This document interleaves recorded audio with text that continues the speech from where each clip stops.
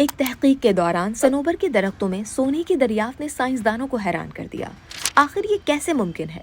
درختوں میں سونا آیا کہاں سے؟ محققین خود دنگ رہ گئے، لیکن پھر مزید تحقیق کی گئی تو بالآخر راز سے پردہ اٹھ گیا۔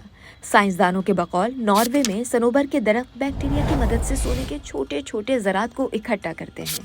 پودوں کے اندر رہنے والے بیکٹیریا اور دیگر جرثومے درختوں میں سونا جمع کرنے پر اثر انداز ہو سکتے ہیں۔ صنوبر کے درختوں میں بیکٹیریا جڑوں کے ذریعے سونے کے ذرات کو بھی اکٹھا کرتے ہیں۔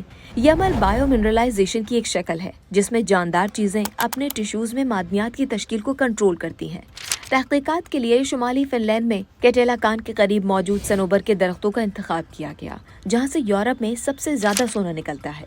محققین نے 23 درختوں سے 138 نمونے اکٹھے کیے اور ان پر تحقیق کی تو 4 درختوں سے اکٹھے کیے گئے نمونوں میں سونے کے ذرات ملے۔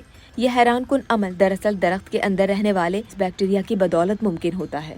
یہ جراثیم عام طور پر درختوں کی نشوونما میں مدد کرتے ہیں، لیکن صنوبر کے معاملے میں یہ ایک چھپا ہوا خزانہ بھی اکٹھا کرتے ہیں۔ یہ عمل ایک سائنسی مظہر بائیو منرلائزیشن کہلاتا ہے۔ جب زمین کے نیچے سونا گھل کر مٹی میں شامل ہوتا ہے تو صنوبر کے درخت کی جڑیں اسے جذب کر لیتی ہیں۔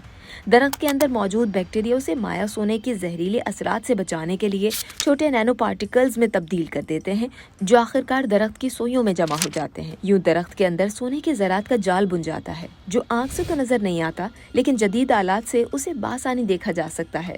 سائنسدان بتاتے ہیں کہ یہ درخت قدرتی طور پر زیر زمین سونے کی موجودگی کا پتہ دیتے ہیں۔